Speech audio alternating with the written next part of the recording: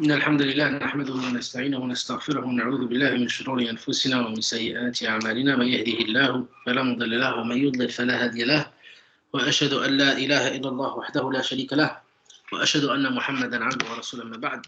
Today inshallah we'll explain page 315 Surah Taha chapter 20.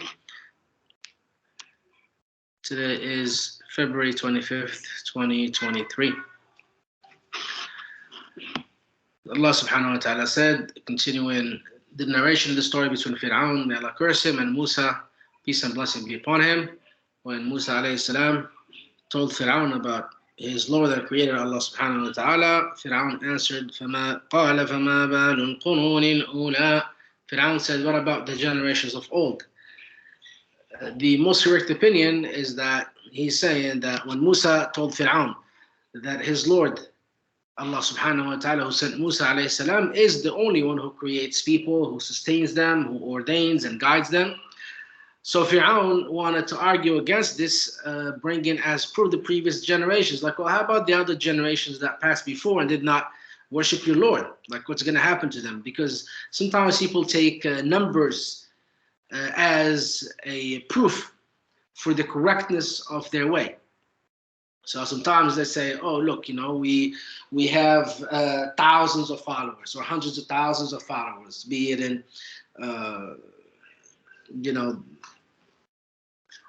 methods and tools of communication or deviant groups or people who are disbelievers.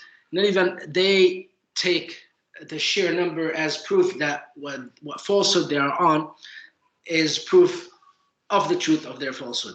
So Fir'aun was saying, well, how about those people? Them too, they didn't worship your Lord. So how can you tell me that, he is the only creator?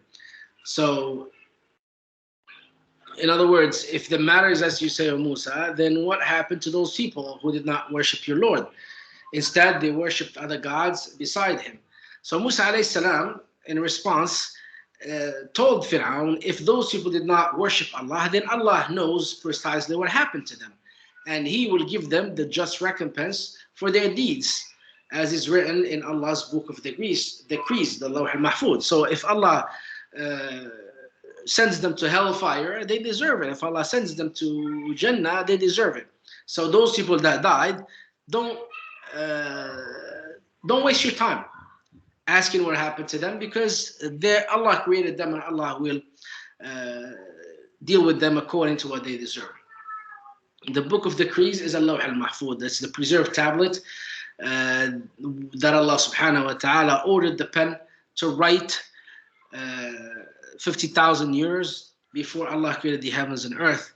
Allah created the pen. So the first thing Allah created from this worldly universe is the pen, because before that the throne of Allah existed, as the hadith says, وَكَانَ عَرْشُهُ عَلَى الْمَاءِ. And the pen is as long as between the heaven and the earth. So it's not a small pen, it's a huge pen. Allah subhanahu wa ta'ala told the pen to write. The pen asked, what would I write, O Lord? Allah asked him, Allah told him, write whatever is going to be until the day of judgment, and Allah revealed to the pen what to write. So the pen wrote everything that's going to happen.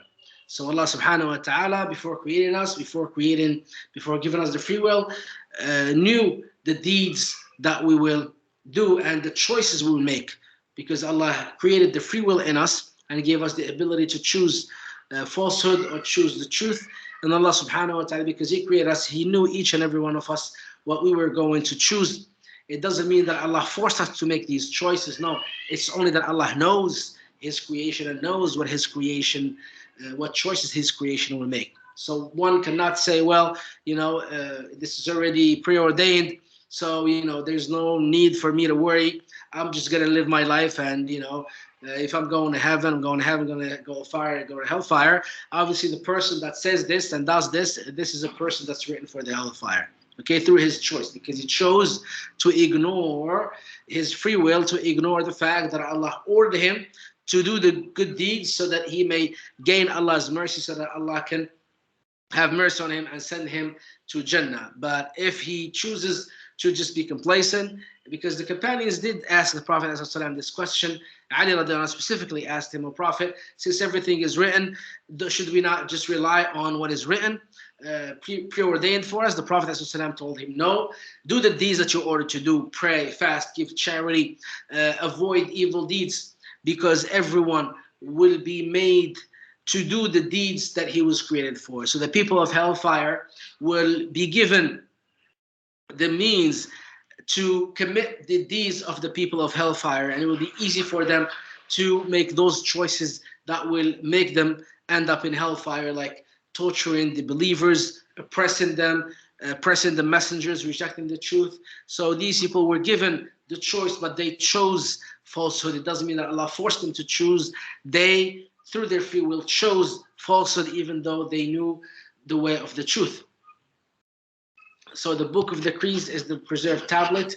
That's why the Salaf, the companions, were afraid of two things. Number one, what is written for them in this book of deeds, and also they were worried about the final deeds, because the final deeds are what determines a person's abode, whether is it in heaven or hellfire. Because as Prophet ﷺ said, a person may be doing the deeds of the people of Jannah, as people can see. That means his outward appearance that he is from people of Jannah, but in reality, in his heart, as the Prophet ﷺ said in another hadith, every time he is alone, he breaks Allah's laws because no one is watching him. So he didn't do the deeds of the people of Jannah out of sincerity for Allah and according to the Sunnah of the Prophet ﷺ. He did it because of fame, because people would speak highly about him or things like that. So he was not sincere. So obviously he was not given steadfastness in this dunya, and his last deeds were deeds of the hellfire, and he would enter hellfire with refuge with Allah from that abode.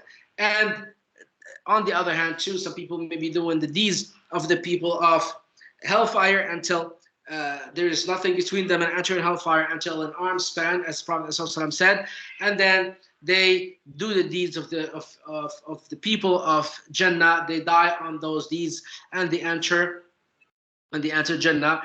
And this is just like, we have many examples in the Sunnah. There was one Bedouin that came to the Prophet ﷺ on his camel, and then when he met the Prophet ﷺ, he was still in his camel, and he says, "Oh Prophet, tell me